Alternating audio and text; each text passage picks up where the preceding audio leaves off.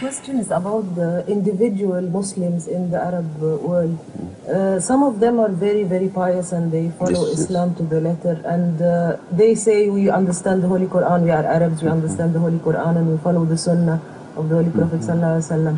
And they don't see the need of joining Ahmadiyya because they say we are alright, we don't follow the corrupted leaders anyway. So what can we tell them? You see, we can only point out to them that Hadhrat Muhammad Rasulullah sallallahu alaihi wasallam knew better than them, because what he knew he learned from God. And at such a time when they at least, they themselves will have to endorse the view that the majority of the Muslim leadership and the Muslim people are going astray and following several paths, are disunited in their efforts, and in fact like people who have lost direction and bearing.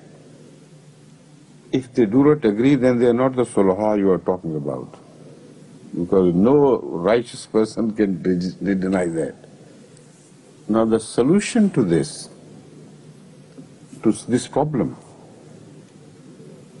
was already defined and clearly mentioned in the prophecies of the Holy Prophet ﷺ. And the solution was not that you continue to do whatever you like, if you are good it's okay. The solution was that God will send someone, raise an Imam, Al-Imam Al-Mahdiya.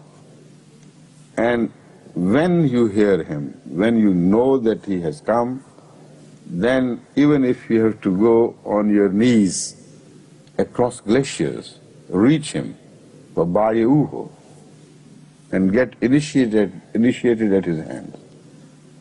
Now, even if this hadith was not there, the common sense would require that if a leader is raised by God himself, and such a leader is predicted by God,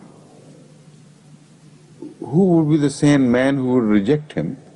And if he rejects him, will he remain to be the same pious person which he thinks he is? To save their own individual piety in the rating of God, they must turn with submission, because the very first thing which makes a person pious is submission.